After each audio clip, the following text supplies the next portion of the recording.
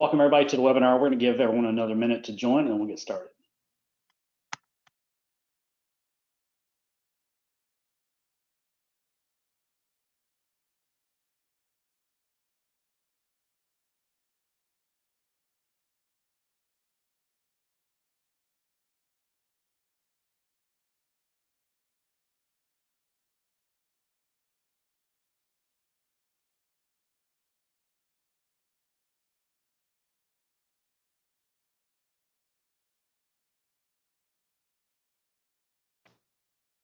All right, welcome everyone to our webinar, a closer look at the ServiceNow Safe Workplace apps. I'd like to personally thank you for giving us some of your time today. My name is Eric Smith. I run pre-sales here at Covestic. I've been working on ServiceNow for about 10 years, most of that time as a solution architect and business process consultant, primarily around governance, risk, and compliance and the IT business management apps. So here's a look at what we're going to cover today, the impact of the pandemic on companies, as well as the demands of returning to work. We'll get a look at the new applications that ServiceNow has built to help with those challenges, and we'll have plenty of time for your questions. We'll also share how Covestic can help you and share some potential action items for you. Now, a couple of housekeeping items. If you have any questions during the webinar, please add those to the chat window. We're going to respond to as many as we can at the end. But if your question goes unanswered, our apologies first and foremost, but please let us know what your question is. We'll have contact information at the end, and we'll get back to your question as soon as we can. So today I'm joined by one of my colleagues, Benjamin Scudero. Ben, if you would, please go and introduce yourself. Thanks, Eric. Hello, everyone. Again, my name is Benjamin Scudero, and I'm a technical consultant here at Covestic. A little bit about myself. I've been in the IT industry for around 6 years now. The bulk of that time was spent in the United States Navy as a system administrator and network technician on a missile defense platform. While I was in the Navy, I did 2 deployments. And over that time involved in IT, I was really following ServiceNow a lot and a lot of the other rising stars in the technology space, and really got interested in the platform. Ultimately decided when I transitioned out of the military 2 years ago to hop in and go full speed ahead. Since getting involved and getting to work in ServiceNow, I've been involved in a couple of different various areas, including ITSM, ITOM, app development, SecOps, and in addition to that, some training and workshops, which brings us here today. Thanks. Outstanding. Thanks, Ben. So before we dive into the Safe Workplace apps, a little bit about Covestic. We're a ServiceNow Elite partner, and we have some very unique capabilities. Many companies find that they can't scale or they're losing revenue to inefficiency, and we help them fix that. I believe that the reason that we're the best at what we do is we don't try to be all things to all people. We focus where we're great, and that's something I'm very proud of. And it's also a reason I believe for 90% of our customers coming back to do more business with us. So impact of COVID-19 on the workplace. Well, the workplace has changed, and whether or not these changes are permanent, digital transformation has been accelerated into the immediate. It's not just a buzzword anymore. Businesses that have never had a significant remote workforce now do. And businesses, business functions that have existed in silos previously now need each other to bring workers safely back to work. A good example of that is, say, sanitation and HR. They now have to work together. And ServiceNow was built for this type of disruption. Transparency, automation, collaboration, that's all part of ServiceNow's DNA. And you're going to see all of that at work in the Safe Workplace apps. So you see here a list of all the available Safe Workplace apps. You also see that 6,000 of the apps have been downloaded and installed by customers. The ServiceNow core capabilities have been enhanced with localization, internationalization, including 9 languages, additional security enhancements, new dashboards, and now the addition of a mobile app to enhance the original self-reporting app. Employees and their managers can use not just the app on their mobile devices to report status and manage employee tasks, but there's also some really nice browser-based features such as workbenches and dashboards. So here are a few things that both Covestic and ServiceNow believe that you should consider as your employees return to work. Coming back to work is scary for a lot of employees. They want to know that you've been planful, that you've listened for their feedback, and they want to participate in the process of safely getting back to work but without a lot of manual effort. So these apps they're purpose built to meet those concerns and ensure that necessary steps have been followed to provide an employee-ready environment.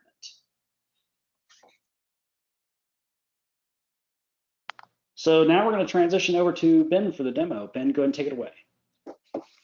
Thanks, Eric.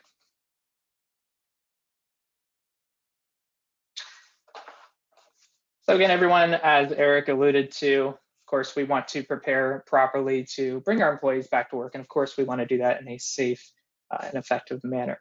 And so that's really what brings us into these safe workplace apps. Now, earlier this spring, ServiceNow released the 4 emergency response apps, which were widely downloaded. And from there, we've essentially dealt with the forefront of the pandemic, and now it's time to deal with that end. And dealing with it obviously means that we need to be effective in how we're going to bring our employees back. And so that brings us to these applications. Now, right now, we're looking at the Safe Workplace dashboard, and this is a high-level overview of what we are currently dealing with given our organization. So the great thing about this dashboard is we're able to overlay information from the various different applications as well as the COVID-19 case data. So right now we're looking at an overview of the United States. We can see a handful of alerts right here in different states, and we can actually zoom in to get a little bit more in-depth view of how that breaks down geographically and also what type of alerts we're seeing as well as the COVID data. Of course, there's quite a bit of COVID data, so here in my demo instance, it's sometimes can slow down a little bit. But in any event here, we can see our different campuses. We can see what type of alerts we have. The green is essentially indicating a positive alert, and I can actually pull up an individual campus. So here in this example, I have my Indiana campus. I can see the case breakdown, and if there's any employee information as well, I can look at that. Likewise, I can click on another one. I can see I have my California campus here. And I can also see in this case, we've got red, we have a PPE alert. In this case, the issue is that there's a shortage of PPE at this particular location. But in addition to that, here on the actual dashboard, we can see some other indicators as well, such as any cleaning activities that may be taking place, workplace reservations, monitoring employee health, as well as the COVID count and cases for that particular location. So given that high level overview, we'll go ahead and look into the applications a little bit more detail. And when we're talking about bringing employees back to work, the first thing that would be helpful, of course, is to understand where our employees are at in that process. Are they currently dealing with any COVID symptoms, or is there some other factors we need to take into account? And a great way to do that is with some outreach. And in particular, we're talking about employee readiness surveys. So the first application that was introduced, the employee readiness surveys can be found actually under emergency outreach, which was previously rolled out. And we have a few things we can look at, starting, of course, here with the dashboard to give us a high-level overview of our current outreaches. And with this dashboard, we can see breakdowns of different items, such as the actual outreach events that we have initiated, users that have been notified, a breakdown of responses, such as I do not have symptoms, or I may be developing symptoms, quarantine, etc. And then we can also see breakdowns by departments as well, and even responses based upon the application, Now mobile app or email. The great thing about the ServiceNow platform, in addition, these dashboards, as they're part of the platform, is that we can actually click on all these different widgets here and drill further down in to see the information that represents that. So in this case here, add a return to workplace survey, and I can actually click on that survey, and now I can see the actual updates just for that survey alone. Now, when it comes to sending this outreach, that can be done through the send outreach option here. And essentially, we'll go ahead and give it a name and description. But before we do that, we'll go ahead and look at some existing outreaches. And we can find that under our view outreaches right here. So we can see quite a handful of outreaches have been sent out already. And I'll go ahead and pull up here this Innotech Employee Readiness Survey. We can see here we had a handful of options you can select from. This one was sent to the California campus and to a specific group as well. And then from there, we select the content configuration. So in this case, it is a survey, and we select the Employee Workplace Readiness Survey. Now, the survey itself is available out of the box. So you can essentially immediately set it up upon install, and then if needed, you can customize as well. Now, once we have that set up, we'll see here we're prompted already with an email body that's pre-created, and the subject, we can change it if we'd like. We can decide if we'd like this to be an email notification, or if we do have now mobile, a mobile notification as well. And then once we're ready, all complete with that, we go ahead and save it and send out the notification. And then down here, we can actually see the survey instances of who that was sent to, and also the current state of that. And that's available right there. One other option we do have under emergency outreach is channels. Essentially, we can set up other communication channels as well. So perhaps if you'd like to send these through Slack, that is also doable as well. And then, of course, when it comes to outreach in general, there are the options to customize the response. Now, we did mention the survey, so we can go ahead here and take a look at the survey. So I'll go ahead here and navigate to surveys, and we'll just pull up the employee workplace readiness survey so we can see what that's going to look like out of the box. And so what I'm going to do is open this in the survey designer.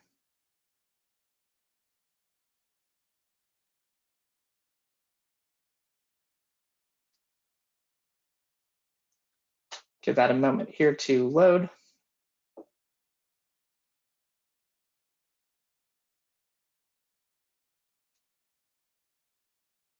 So here's a survey designer. This is where I mentioned we could customize if we'd like. You can add additional options. Of course, surveys exist as part of the core ServiceNow platform, so it's relatively easy to do. And then here is the actual survey itself. So first question regarding any recent travel. Do not sure, or no, or yes. In the case of yes, where did you travel? Is that a high risk area? You know, that might be something that's helpful to include, of course. And then you can put a statement about your health status, anywhere from no symptoms to quarantine. And then how do you feel about the possible return? And of course, this information will also be captured in the dashboards as well, so we can have an overall gauge of where our employees are. Perhaps we say, not sure, get rid of that. And what statement? So in this case, if you're not sure, there's a couple more options as well to kind of further explain. So in this case, family obligations, there's even another option. So how would you feel about flexible work arrangements? So again, these are all available out of the box. And of course, if needed, we can make some changes as well. So that is the readiness survey. And again, when we are completed with that survey, right, we'll be able to see the results of that as well in our dashboards. And then in addition to that, we can track it as well. So first stage, getting an understanding of where we're at with our employees, you know, any obligations as we saw that could be creating issues for them to come back work, or perhaps there are more employees than we expected that are in quarantine, whatever the case may be. The surveys are there to help us get an early understanding of where we are in that process of returning to work. So the next application, the Safe Workplace Suite, that we're going to take a look at is the actual workplace safety management application, which makes up the bulk of the 4 applications. And this is really where we get into managing a lot of those safe workplace routines and functionalities. And so I'm starting here with the dashboard that's included with the Safe Workplace application, or workplace safety management rather. And we can see here, we can actually go to different regions. Regions themselves are more or less a continental area or country. And then from there, we can break it down even further. In this case, I'm looking at my California region, and more specifically, California campuses. And we can see here an overview of the California campus number 1. We can see the current capacity, any shifts, reservable spaces, and then the current reservations as well. And we can also track that over time. And then in addition to that, we can also look at cleaning tasks as well that may have been assigned. So a big part of the workplace safety management application is dealing with space administration so that we can enforce social distancing. And then the other half of that, of course, being tasks and managing shifts. So when we have a shift at a certain space, we do want to make sure that we're actually assigning some, task, be that an ad hoc task, just something that needs to get done, or an actual pre or post plan cleaning task in which we're ensuring, okay, between every single shift, we are actually going to sanitize our workplaces to ensure that we are doing our best to mitigate any potential spread of the virus. And so we can actually see a breakdown of what that looks like here. So again, here's the workplace safety management application. We took a look at the dashboard. And so there's a couple key areas, as I mentioned, to look at here. So we have space administration, shift management, reservations for space, workplace tasks, and administration. And for the most part, you pretty much want to approach these in a sequential order as far as using the workplace safety management application, especially when you're first getting set up. So a very important thing that we need to take a look at is spaces, right? So we can't actually assign shifts or reserve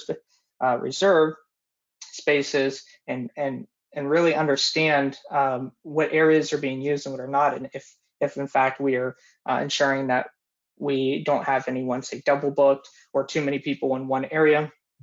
We need to make sure that we actually have our locations and our spaces in ServiceNow so that we can actually track that and have some control and visibility.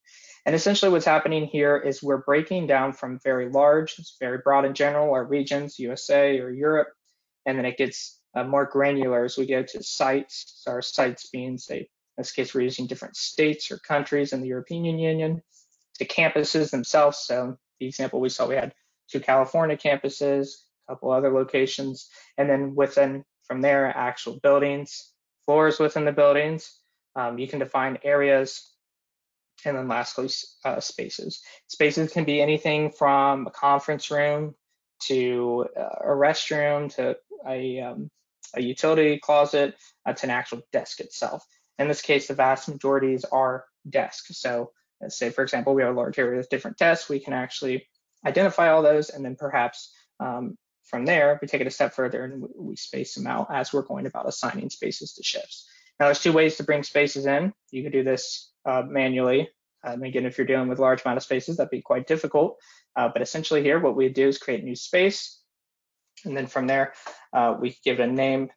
Generally speaking here, when we are dealing with spaces, we want to have a unique naming convention. It's going to be very important so that we can uniquely identify which spaces we have. And so that may break down as something such as we could actually include in the name everywhere from the region all the way down to the specific location. The naming convention that's using here out of the box on the platform is part of the demonstration data that we have. Essentially breaks it down by buildings, a building, and then actual floor. So in this case, I could say 2F, meaning second floor, and then a specific number identifying that space.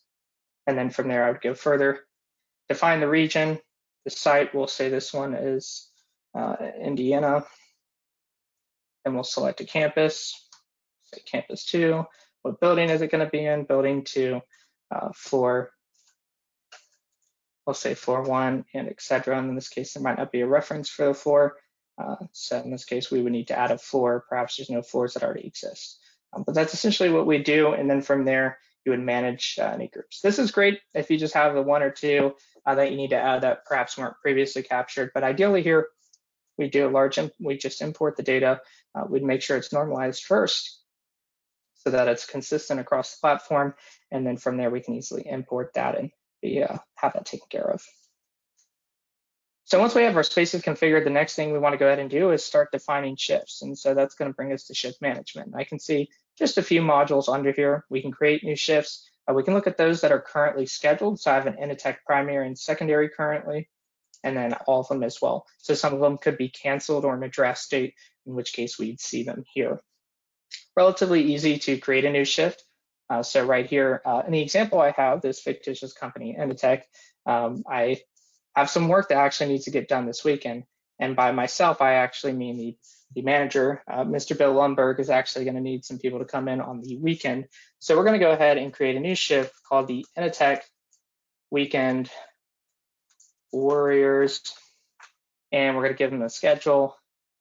And we'll be sure to bring them in on the weekends. Now, if you notice here, sometimes there are a handful of schedules that are included out of the box. If what you need is not there, you can just create a new schedule, very straightforward. Perhaps there's very certain hours that you need to have your employees on certain shifts. Again, if we're talking about separating and social distancing, we might be a little bit more different hours than we're accustomed to, because of course we're trying to make sure we're doing our best to properly distance everyone. And so this case, let's see, we've got a few options in here. Doesn't look like we have weekends, so I'll go ahead and create a new schedule, and we'll call this the weekend schedule. We can pick a time if needed. I'll just go ahead and leave it as floating for now. A parent is needed, and then the type. In this case, I'll go for a little step further, and I'll say weekends, Saturday and Sunday. And we'll say it's going to be from 8 to 5. And there we go. We now have our weekends. And then we'll give a shift owner. It's going to go ahead and be Bill Lumberg. And then we'll go ahead and we need to define where this shift is going to be. So we talked about that space hierarchy. Here it is. We're diving down in there again. So California, we'll do California Campus 1. Select Building 1. We'll say Floor 1, and we're all set to go. So once that shift is all set, I'll go ahead and right click here at the top and click Save. Now that the shift's been created, we just have a few things to add. So we need our users, which spaces we'd like to have them in, and then any tasks that need to happen. So in this particular case for the users, I've got a handful of users and mine that Bill has already pointed out. So I'm going to go ahead and I'm going to need Peter Gibbons to come in on Saturday and Sunday. And in addition to that, we'll go ahead and get some of his coworkers in there as well. Milton Wadhams, a Michael Bolton, get him there on the weekend as well, and a Samir. So we now have our users defined for this weekend shift who are going to be coming in. The next thing we need to do is assign some spaces, so some spaces that they're going to be able to work in. Now, when it comes to defining the spaces here, essentially what I can do is just filter it based off of the building I selected. And so in this case, I'm going to go ahead and base that off of that California campus. And then in addition to that, we're going to do the building I selected as well. Say contains building 1. I'll run that filter. So here we go, handful of spaces. I will go ahead and we'll select 10, 11, 12, 13. Now we have some spaces defined for this shift. Again, the reason why we're doing this is because once we have the spaces set up, essentially they're going to be exclusively assigned to the members of this shift. That way we don't have, when it comes to reservations, it's going to allow us to prevent people from being double booked and also to assign associated tasks to those users so that they can clean those spaces and we can have some accountability there. So once we're set up here, we can go ahead and create any workplace tasks that need to be done. And I can think of one workplace task that does need to be done. When it comes to tasks, we do have a few options. They can be cleaning tasks, plan tasks, or ad hoc tasks. In this case, I'll leave it as ad hoc task. We'll do it at our California location. The assignment group, I have a safety users group here, and it's going to be assigned to Peter Gibbons. And the task is going to be to review the TPS reports memo and to place cover sheets on his TPS reports that apparently is not happening. So we'll go ahead and put that on there. And then lastly, we have a signing template. So essentially what the signing template is allows us to have accountability for these tasks being created. So perhaps it wasn't enough that Peter said he received the memo regarding the TPS reports. So we're going to go a step further, and we're going to actually have this task signing template. And more or less what is happening here with the template, and we'll open it here in a moment, is that it's going to combine anything from the checklist of the tasks that we've created, any items, action items that needed to be completed. It's going to include this on the template. And then there's going to be a signing portion at the bottom where the user will sign off that they've completed that task. So example, most tasks are going to be cleaning task related, at least out of the box. Whatever other task you may have, of course, you can add. And we can actually ensure that we have accountability for the users to complete these tasks and sign off acknowledging that, yes, they did complete these tasks and the associated checklist that comes with the task. So we'll go ahead here and submit this task for reviewing the TPS reports memo and placing cover sheets on the TPS reports for Peter Gibbons.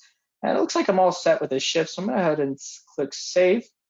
What I'm going to do is notify the shift owner. Now, two important things to keep in mind here. Once you notify the shift owner, it will send out a notification to both the shift owner here, Bill Lundberg, as well as the users that a shift has been assigned to them. But the key thing to keep in mind here is that there does need to be at least one space assigned for a shift to be actually notified. In other words, you can't have a shift if you don't have any spaces because, well, where would you have the shift? And that is something to keep in mind. And I'll go ahead and update this state here to ready. I'm going to go ahead and click save once again. Now, before I do that, notice these workplace tasks. Notice we have the TPS reports here. And I'm going to go ahead and click save. And we'll see here if it updates for us now that this is ready. It's not going to update for us because it's a weekend task. So if you did a weekend, so in this case for the weekend, there's no pre-planned templates for it. So typically with the shifts, if there are pre-planned tasks that can be assigned and created, essentially automatically generated. In this particular case, the template is not defined for weekend, but as you see here, if we'll go ahead and open up another shift. So I'll look at another shift I have here, my Initech primary. And what you'll see is there's a whole lot of tasks here. In fact, there's 11 to be exact. And essentially what happened here is that there's all these post and pre-cleaning tasks that exist, and those automatically populate when the state is updated to ready. And the reason why that is because, well, it's another part of this workplace safety management application.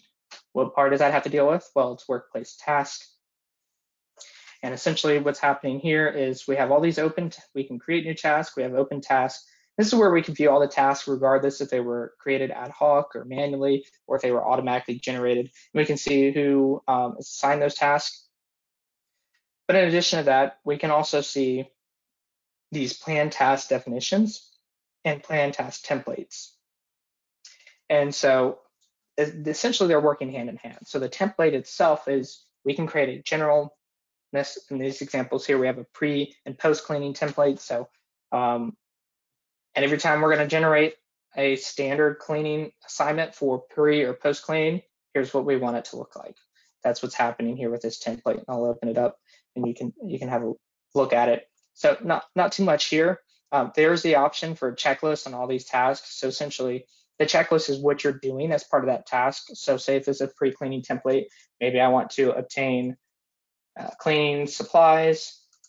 And then the next thing I want to do is clean workstation and equipment, dispose of any materials, return cleaning supplies, right?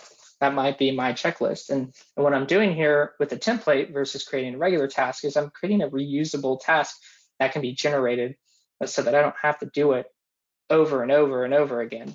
And that brings me to the second part, which is the task definitions. And you'll notice right here, there's two planned task definitions that exist, and both of them are 8 to 5 weekdays. So when I created that shift for the weekend, it didn't apply because it was a weekend. There was no definition for it. But for the other shifts that already existed for the weekdays, we did in fact have these created. And essentially, we had an initial cleaning and an end of shift cleaning. And when I open initial cleaning, we can see that it used the pre-cleaning template. And then we can see an actual recommended start time and end time. And so you could create another one if you'd like.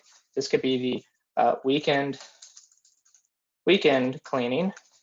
When do we want it to happen? Well, we say we want this to happen on the weekends, and then we can reference that template. So I'll say, I'll use the pre-cleaning template for example. How long do we want it to take? Well, because they're here on the weekend and they don't have anything better to do, we'll just say 4 hours, and then we can give a start time and an end time as well. I'll just go ahead, we'll select here, we'll do Saturday, and we'll do 11:00. And then from there, we can put an end time as well. And I'll go ahead and right click here and click save. And then from there, we can actually add subtasks as well that need to happen as part of that definition. In this case, I'll go ahead and update it. And now we have another one as well. And then from there, now as the shifts were to be updated, it would automatically generate. Two last things to touch on the workplace safety management application deal with space reservations and administration. And I'll quickly review the administration here. So I mentioned a signing template on these tasks. And out of the box, we have a task signing template that exists. And here's what it looks like. You can see here, these are actual URI references that are going to reference dynamically the associated task. And so we'll see that the general information from the task is included. And then lastly, there's a section for the signature and whatever sanitation task that might be. And let's see here if we can, don't think that's what I wanted to pull up, but we'll see. Yeah, I accidentally pulled up the logo there. We'll go back to the actual one of these tasks. So we'll go to the TPS reports task here. We can see there's already a checklist of items that need to happen. And there's this task signing template. We'll just go ahead and assume that Peter has taken care of this. So Mr. Gibbons has received the memo and he has fixed the TPS report cover sheet. I'll go ahead and mark that as closed complete and hit save. Now, once the task is closed, we can see there is now the option to sign the task. You click sign task, and here is that template that we just saw. And here's the information that was included, the fixing the TPS reports, Peter Gibbons, where at, and then the checklist. And so lastly, it'll be up to Peter here to sign that he did in fact complete and fix his TPS reports. And then from there, we can either type or draw the signature. And I'll go ahead and just type it here. And then from there, this constitutes an electronic signature. We'll go ahead and accept and complete.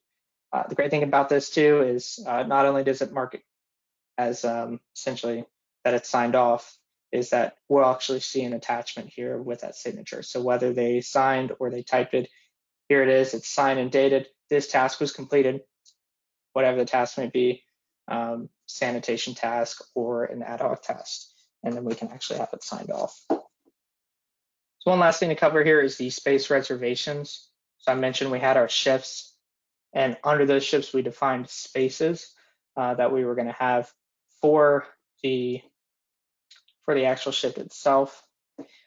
Last thing we need to do is reserve some spaces.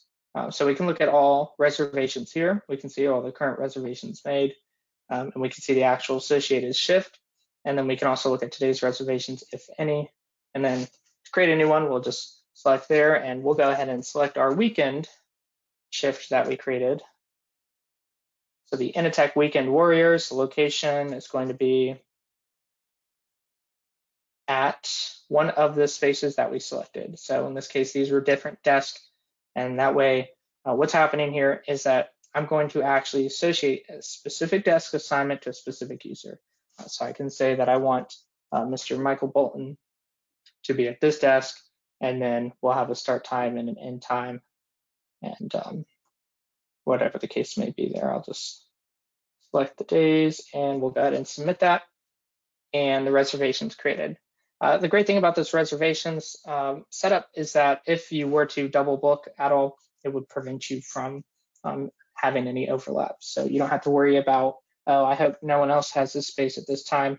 That's not going to be an issue because it's going to check before it allows you to make the reservation. So that's workplace safety management. And we were talking about getting our employees back to work. We've looked at, okay, we've dealt with some outreach. We've done some surveys. We get an idea of where our employees stand, what's current situation they have. We've looked at workplace safety management. So now, as we prepare for those employees to come back, we've started identifying all of our different spaces. We've identified shifts. We've broken it down to which employees are going to be on which shifts, which locations they're going to be at. And we've also assigned some predefined tasks as well as perhaps some any ad hoc tasks that need to be accomplished on a case-by-case basis. And we have a signing template to ensure accountability for that. One other thing we do need to keep in mind is that safety aspect. Okay, so we're looking at safety management, workplace safety management to give us some social distancing, to give us that space that we need. But we also need to look at PPE, inventory management, of course, because when we're talking about PPE, we have masks, hand sanitizer, perhaps gloves or goggles, whatever we might need. This is going to go hand in hand with that aspect of being safe. so that when we do return to work, we are working actively to mitigate any potential risk. And so starting off, we're going to look at our PPE inventory overview. And we can see quite a bit of information right here on the dashboard. Things such as what's consumed, what is in stock, anything that we might be using, what's been ordered, and what is in transit as well. And we can also see what our stock rooms look like, as well as locations. We can also filter out any that we do not want to see. And so we can see percentage breakdowns as well as actual quantities. So when we look at our consumables by location, we can see we have quite a few gloves at our New York warehouse. And then we have quite a few N95 masks. We can also change the way these are grouped as well. So we can see, okay, just how many masks and gloves do we have and how much hand sanitizer. And then lastly, we can see consumables distributed by users. So you see that Peter Gibbons has a whole lot of gloves that he's consumed for whatever reason. And it appears that Milton Wadhams seems to be hoarding all the hand sanitizer. And then lastly, we also have the PPE items in use that are actual hardware. So in that case, be things such as thermometers, or perhaps if you're doing a healthcare setting, a ventilator. And then we can also see our models as well of our PPE items down here, as well as any stock rolls. So looking at the application, we have a couple areas to look at. So there's a few options here up front, and then we can look at inventory and models. So we can look at any specific requests that you have, and then requests in general, and where they're at and their processing. And then we can also assign consumables and hardware as needed as well. So very straightforward. I can select a certain model, so perhaps an N95 mask, and I'll select a stock room. The stock rooms are automatically going to be filtered based upon those that have N95 mask in stock. I'll go ahead and select the Dallas, Texas Central Warehouse. And then who's it going to be assigned to? We'll just go ahead and assign it to Milton. And Milton, for whatever reason, needs 195 masks. We'll go ahead and submit that. And the dashboard will then be updated accordingly to reflect the change in consumables. So now we can see here, where is it? There it is, N95 mask with Mr. Milton Wadhams. So likewise, we can do the same thing with hardware. So an example of hardware might be a thermometer, but turns out that we have a new type of hardware that was just recently issued mysteriously called the Swingline Red Thermometer, and looks like we may have some in stock. Looks like there's a Swingline stapler there. It looks like there may not be any in stock, so it looks like we might be out of luck in that. But fortunately, we do have some in stock, but for whatever reason, it wasn't updated. And so to update that, we can actually come down here to our inventory options and click on either add consumable or hardware stock. In this case, we want to update that Swingline Red Thermometer to a particular stock room. We'll just say our California campus, and we can go ahead and give it a serial number and an asset tag if necessary. So now our hardware stock has been updated, and then from there, it can be assigned. And to assign hardware, we can just come down here under our inventory options. We can look at available hardware. And so anything that's available can be assigned. So we do see that we have a few regular thermometers, and now we also have this Swingline Red Thermometer as well. And so if I want to assign that, as mentioned before, I can go to assign hardware. And the other cool thing to point out here is that a lot of these options that we see are also available on the service portal as well. And so it's actually under its own category of PPE inventory management. And here I can see that I can actually, I can add consumables, I can add models, I can add hardware stock, and I can assign a PPE consumable, and I can also assign PPE hardware. So same thing you just saw, we can also do it in the portal as well. And here I can pick that Swingline Red Thermometer, the stock room that it's coming from, what hardware is it, and who am I going to assign it to? Well, Mr. Milton Wadhams, who's very particular about having a Swingline Red Thermometer for checking his temperature and others. And now that is up to date. A few other options we have here on inventory include stock rooms and stock rolls. So our stock rooms are, of course, where we have our inventory. And those can be anywhere from an actual warehouse to an actual on-site type, you can actually select right here. So for example, we'll go ahead and create a new stock room, and this is going to be the example stock room. Can assign an assignment group. I'll put it under my PPE inventory management. We can mark whether that's internal or external. I'll go ahead and assign a location, and we'll actually put this under our Illinois campus, and then type. So a few different types here. Could be a central warehouse. In this case, it's at the actual campus, so we're going to go ahead and go with on-site. And then lastly, we'll pick a manager. In this case, I'll just do Tom Smikowski, and then save. And then from there, right there at the record, we can assign hardware consumables. But of course, if we'd like, we could also add any consumable stock right here from this module option as well in a little more simpler setting. So in this case, we'll go ahead and stock them up with some hand sanitizer.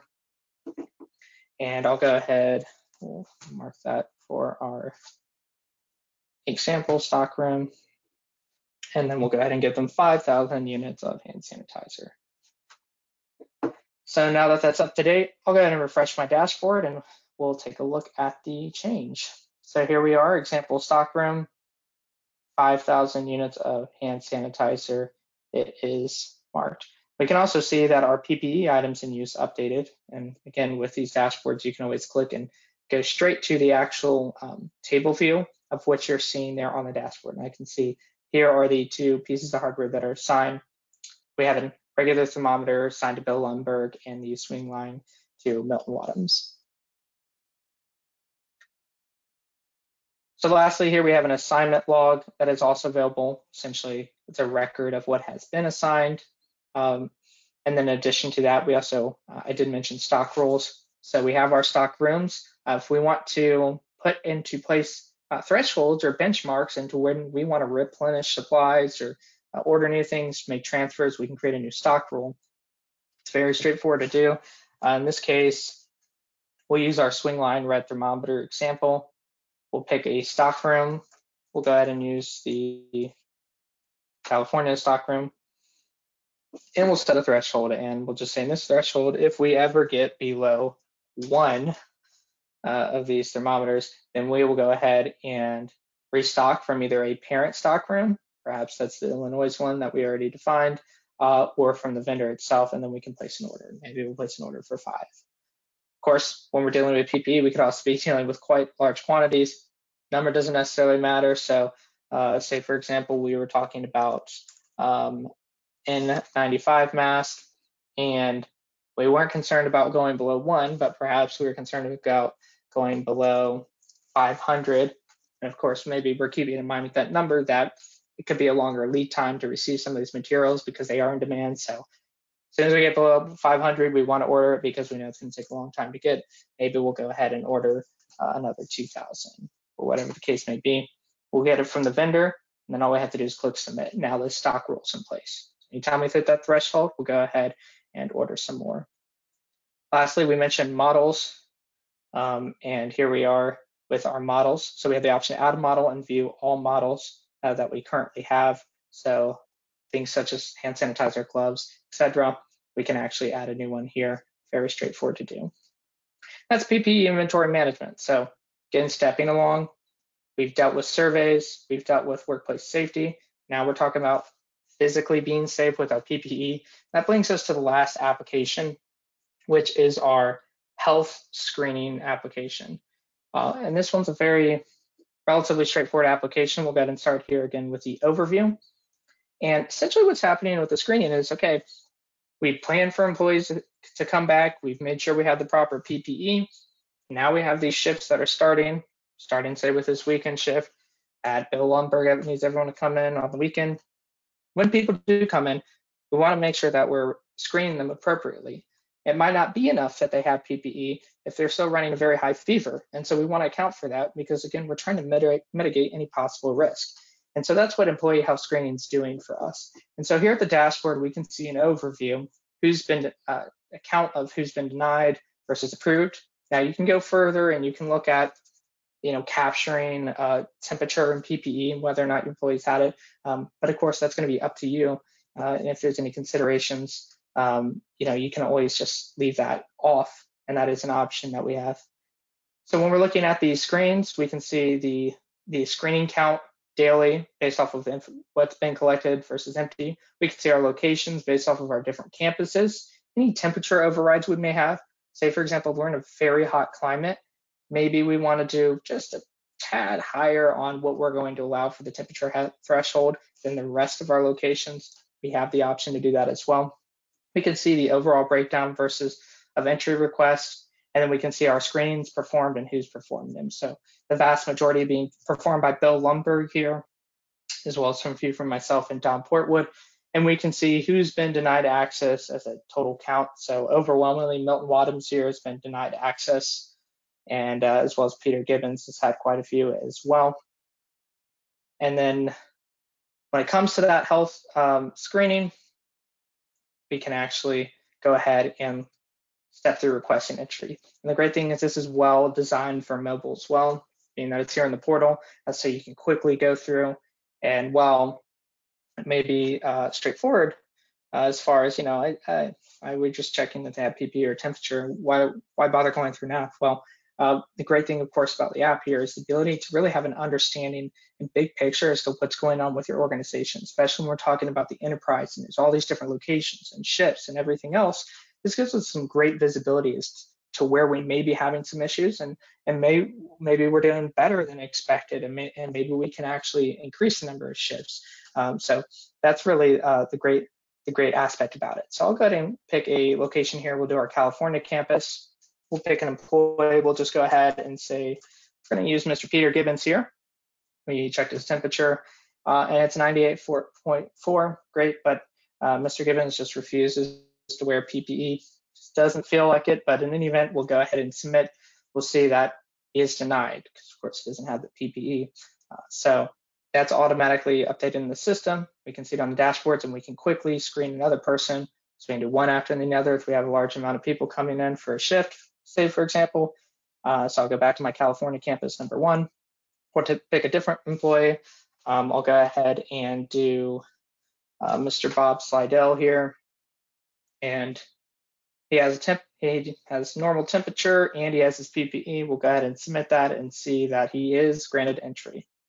So in the case of the screening, temperature or PPE is really what's going to determine whether or not you're denied entry. So if you do have a fever, say for example 102.1, and you do have PPE, we'll go ahead and use the example here is Tom Snikowski, and we'll pick a location, can submit it and see. Again, he's denied because he has a fever. So we can see the entry requests, all of them that have been generated.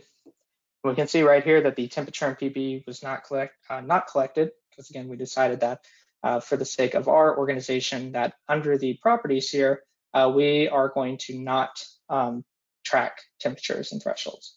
But again, you do have the option to do that, and that would be found under the properties. Not sure what's going on there. But in any event, that's where it is. Just a very simple yes or no. Do you want to track it? If so, then you would actually be able to see all the temperatures and everything else. But of course, there could be some implications for that as well. And then lastly, we have that overview. And that's pretty much going to do it for the applications themselves. So we started at the beginning. We had that high-level overview where we looked at the actual dashboard itself, the Safe Workplace dashboard. We looked at what was going on in some of the different areas, and we saw how we could actually drill down to geographic location. We looked at surveys, getting an understanding, an idea of where our employees are at in this process. We assign and set up our spaces, our shifts, space reservations, task, PPE, and then lastly, the actual screening itself. And with that, that's going to do it for the practical demo here. And I think I'm going to pass it back to Eric, and we can actually go ahead and open it up for a little bit of Q&A. Cool. Thank you, Ben. Good overview. We did get a few questions in. The first one's a two-parter. Ben, I'm going to pitch the first part to you, and I'll take the second part. But the first part is, all my company has is ITSM. Will this stuff work? So you will need to license the application itself, but That said, you're not going to have to get a bunch of additional applications. So you're not going to have to get GRC or human resources or anything like that. You just got to get the Safe Workplace applications. That's all you got to do, and you'll be able to use it just fine. Um, Cool. Yeah, it was intended to be a standalone if necessary. The second part of that question was, what about licensing implications? The apps are going to follow ServiceNow's normal pricing approaches, and you should definitely get with your account executive to understand what the pricing impacts are for you. The first applications that were released back in March were no charge. That was a time of crisis. ServiceNow wanted to make sure that those were no charge, no commitment to get out there. But with these new applications, there's a lot of features in it. And as an example, Ben and I were just talking right before the webinar, and there was some new features that came out today. So these are, just like the rest of ServiceNow's applications, continual improvement is the focus. And if you do happen to use other applications, IT business management, governance, risk, and compliance, those kinds of things, they're going to play nicely with all these safe workplace apps. If you need to have an audit in place to make sure that all this is happening, inspect that. GRC can be your friend there. Let's see if we have another question. Okay, I'm gonna chew on that one for a little bit. There's a lot of words there, but there was another one that came in. Ben, I'm gonna put this to you first.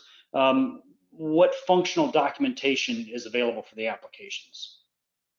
Sure. So great go-to is going to be the ServiceNow Docs site.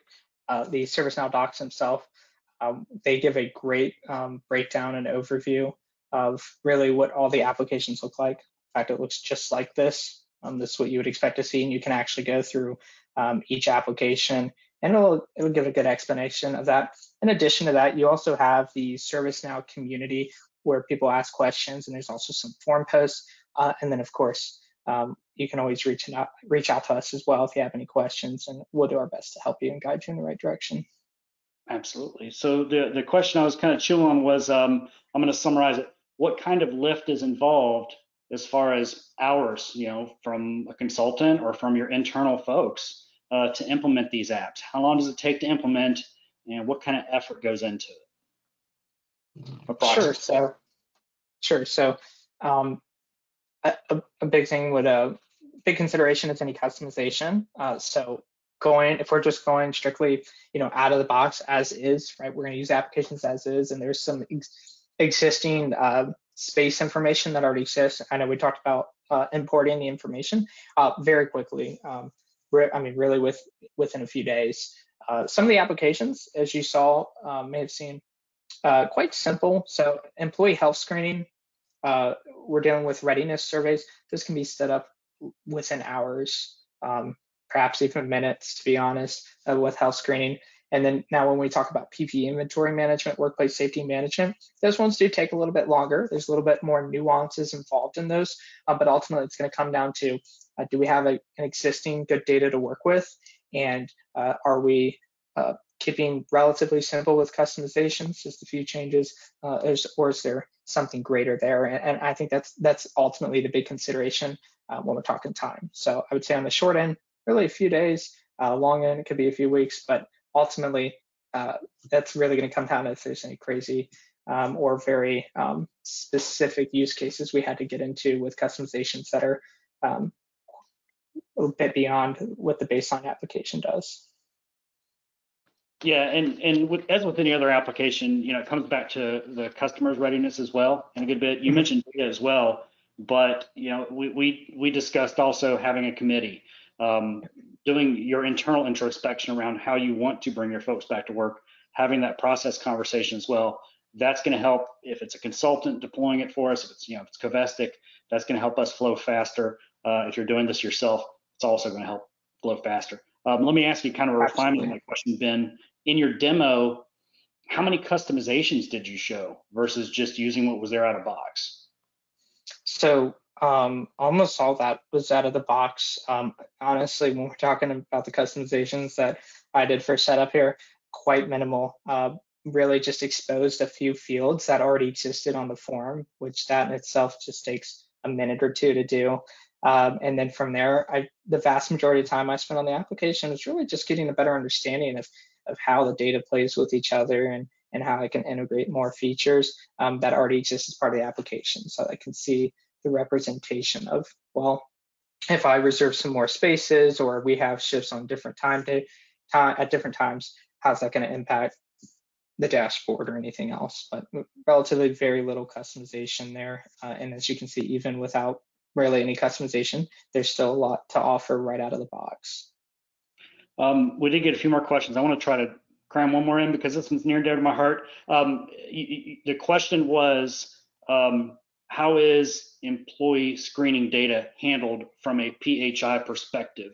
And I know you showed the temperature example where we're going to set a property not to track that, but how can personal health information be handled in this application? Sure. So as part of employee health screening, there are some roles. So you can pull back the visibility of who can see that, because as mentioned, when we looked at the application, you could see that temperature and PPE data can be collected or cannot be. Of course, yes, we're talking about implications of privacy. HIPAA is a big concern. We don't want to just expose anyone's health information. We do have to keep that in mind. And so, as a general, in a general recommendation, of course, in my own perspective, I would just say, oh yeah, I'm going to keep it off, right? But obviously, some people may have some certain situations where they need to. But in any event, there are actual roles when it comes to employee health screening here. And so it's mentioned in the docs as well here. We have the properties that we can look at as far as tracking, yes or no. There's cutoffs we can change as well. And then we'll see here if we can show the roles. So there's these roles as well. So we have a monitoring admin and a monitoring user. And so essentially we can lock down this monitoring admin that's actually going to be able to view that kind of information to just a very small subset of groups to really limit any potential privacy concerns as well. Outstanding. All right, I think that's going to wrap up questions. Ben, if you could bring the slides back up, because I wanted to show one of our resources.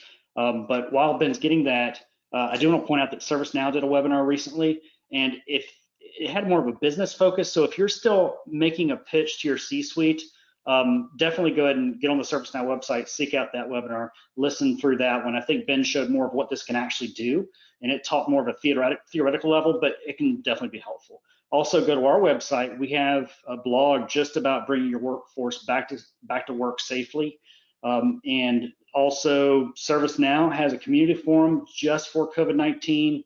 Go ahead and add yourself to that. And finally, reach out to us if we can help. Reach out to your account executive. Reach out to Ben or myself. ServiceNow at Covestic is our general email.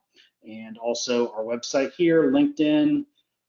Thanks for your time, guys. This was great, Ben. Thank you as well. So everybody have a good day. Thanks, everyone.